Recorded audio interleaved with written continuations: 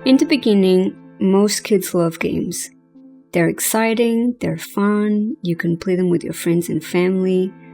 But as we get older, for various reasons, more and more people find themselves enjoying their time with games less and less. They buy the new hotness the whole world seems to be in love with, but when they turn the game on, they don't feel that way. What they used to remember being so easy and so fun now seems to take so much effort to get into. And then one day they look around at the dusty console on the shelf or the unused PC under the desk and realize that they haven't played a game they enjoy in years. This is video game burnout. This is when nothing seems fun to you, when the magic is gone, when you feel like maybe you've moved on from the pastime that you used to love so much. As lifelong gamers, we see it all the time among our own friends and family that we grew up gaming with, and it's always sad. We know how much fun people have when they have the right game to play, but we also know how much they struggle when they don't have the right game, and the act of playing becomes a chore. As adults, you may have all the money to buy all the games you ever wanted, but the time you have available to play them becomes extremely low as a result. It happens all the time, and if you're watching this video, you may have been experiencing some level of burnout yourself and are looking for ways to do something about it. Your love for gaming is a relationship like any other in life. It needs to be actively cultivated in order to thrive. Shiny and I have been gaming for as long as we both can remember, and honestly, we don't get burned out from video games. We don't claim to have everything in life figured out, but we do have techniques that work for us in this area, and we want to share them with you. Different methods of dealing with the signs of gaming burnout work for different people. Hopefully, some of these methods that we use will help some of you rediscover that spark and get back to enjoying games again. Let's begin with a little variety. Look, I know how hard this one can be. The easiest thing in the world to fall into is habit. Something familiar feels safe, something safe feels comfortable, and then it's like, why leave? It seems a little weird to think about it this way, but if you grew up your whole life thinking only shooters were cool, it can be hard to open up your mind to the concept that a game that looks like this can be cool too. I mean, what if somebody sees me enjoying something they think is silly?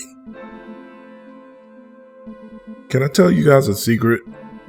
One of the first games I ever platinumed was the Penguins of Madagascar way back on PS3. One of my best friends has been laughing at me having that trophy for like 10 years. She doesn't know that when that game came out though, I was babysitting a literal baby. The same one who's growing fast and we made our last video about actually. And I don't know about you, but gunshots and explosions were not how I was going to entertain the little one while they were bouncing on my knee and trying to grab my controller. So I played the Penguins of Madagascar, which was a cartoon I really liked anyway, and surprise, surprise, the game was really fun. The baby was mesmerized watching it on the big screen, and I was enjoying playing it much more than I thought. As I've grown, the video game market has grown too. It will offer you the much more serious, more dramatic, and more visceral games when you want those, but at the same time, it will also offer you so many other types of experiences that you wouldn't even imagine. I mean, listen to anybody talk about the first time they played the Outer Wilds and how they wish they could forget it so that they could experience it again for the first time. Listen to me and Fox tell you about the first time we played The Last Campfire and how that game's narrator made you feel like you were on the verge of tears while going on that journey. Even though Destiny is a shooter, listen to my friends and I tell you about 10 years of friendship and laughs and watching people grow from high school kids to adults running successful businesses, and you will know that the crazy amount of diverse games on offer out there can give you so much of everything. So much life. We probably all know that friend or family member for whom video games is literally just Call of Duty. They will buy a $500 Xbox just to play that one game year after year. And we have all seen when eventually that person outgrows Call of Duty, becomes bored with the same old same, they just give up on gaming entirely. Yes, it could be that that person wasn't really a gamer in the first place, like the people who bought a Wii only to bowl aren't really gamers. I would say you're more so a gamer when you love games in the general sense, not just one game and none of the others. But even when that's the case, it's still a tragedy. Besides, you wouldn't be here watching this video concerned with burnout and how it affects your love for the pastime that you've enjoyed your whole life if you weren't really a gamer, right? When I was fresh out of high school and on my own, I thought I was good. Food-wise, I had my stuff that I was good at making, like barbecue chicken, fried tilapia, spaghetti, stuff my dad taught me to make, and I've been making exactly the way I like it for years, so I'm good, right? I know what I like, and that's all I ever ate. But the first time my girlfriend came over and looked at my bare-ass refrigerator, she was like, oh, hell no. Every time she came over from then on, she brought a variety of different foods I'd never had. Chicken curry, hummus, fajitas, pho. I know it's pho, but I'm going to call it pho and you can't stop me. Satay, scallops, duck, watermelon and feta and mint salad. I had no idea what I was missing, but she opened my eyes and now I make a wide variety of dishes from all over the world. If you find yourself feeling burnout or you play a game you used to love and you don't feel that excitement anymore, do what I do. Try something completely different, something out of your comfort zone. Way out of your comfort zone if you can. You may just find a new flavor that you can't live without. Now, be honest with yourself. When you used to game, when you really enjoyed it, were you playing a game while also watching TikToks on a tablet next to you and scrolling through Instagram at every cutscene? There are a lot of things in your life that will pull your attention in a million different directions. But when you really enjoyed games, you gave your time to that one thing. You allowed yourself the time and the space to be able to get immersed in the story and the world the game was offering you. Maybe that's why people like going to the theater, because all those other distractions aren't allowed, and they could just soak up that story for a couple of hours. If you want to enjoy games like you did then, you have to give them the time you used to give them, not just a fraction of it. I know that the world's calling out to you. Your kids, your pets, your annoying siblings, your parents, your job, your landlord, the alphabet boys, the homework you didn't finish, the album you still need to listen to, the job interview you have to prep for. It's a lot. It's a lot for everyone. It's not a good idea to ignore these responsibilities. They're there for a reason, right? But there's a time and place for everything. I know it can feel as though there isn't, but there's always time. And if it's something you really, truly care about, you'll make time. Obviously, we love gaming, right? It's our favorite thing to do. I love all forms of media, but if I could only do one, it wouldn't be watching movies or TV, or reading books, or playing sports, or doing art or music. It will be the one that combines all of those.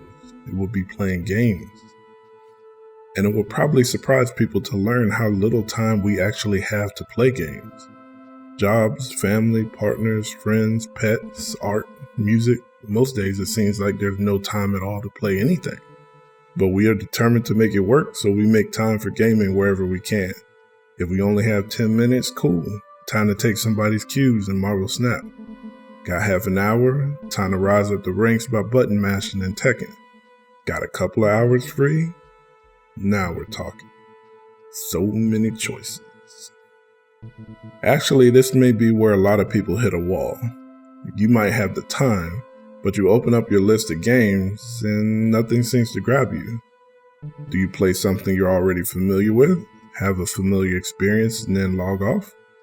Or do you try something new, which you may not like, and risk wasting the precious free time you had? Look, the bottom line is, we're saying be intentional. Know that your goal is to beat burnout, to sample the new flavors of gaming and hopefully find something new to love. But we're not going to lie and say that every time you put yourself out there and try something new that you're going to have a great time. Sometimes you're not. I play games almost at random. I'll just see a game and grab it and say, okay, I'm going to try this one. and I give it a couple of hours. Sometimes I can tell right at the beginning that this game isn't for me, and that's okay. My point of view is I tried it, it's not my thing, but I'm not mad I gave it my time. I'm happy I know, and I move on. Some people will not take this approach and will instead be mad at whoever told them to try the game, or at the developers that made it, or at the platform holder that made the console it was released on. Just calm down. You traded a little bit of your free time to find out if a game was something you might enjoy, and it wasn't. No harm done. Maybe just in general, releasing some of that hateful attitude towards the things that you don't like would be good for your health and your well-being. Know that in the world, there are always going to be things that are not made for you. There will be movies that everyone loves, but you don't. There will be a pretty girl that you like, but she doesn't like you. There will be a game that seemed interesting, but when you played it, you were underwhelmed.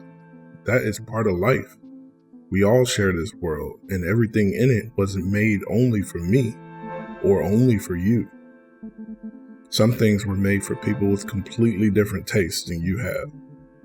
I know you expect a lot when you try something that seems cool, but if it winds up not being what you expected, maybe let that disappointment go and instead move on so that you can actually find the thing that is a good match for you.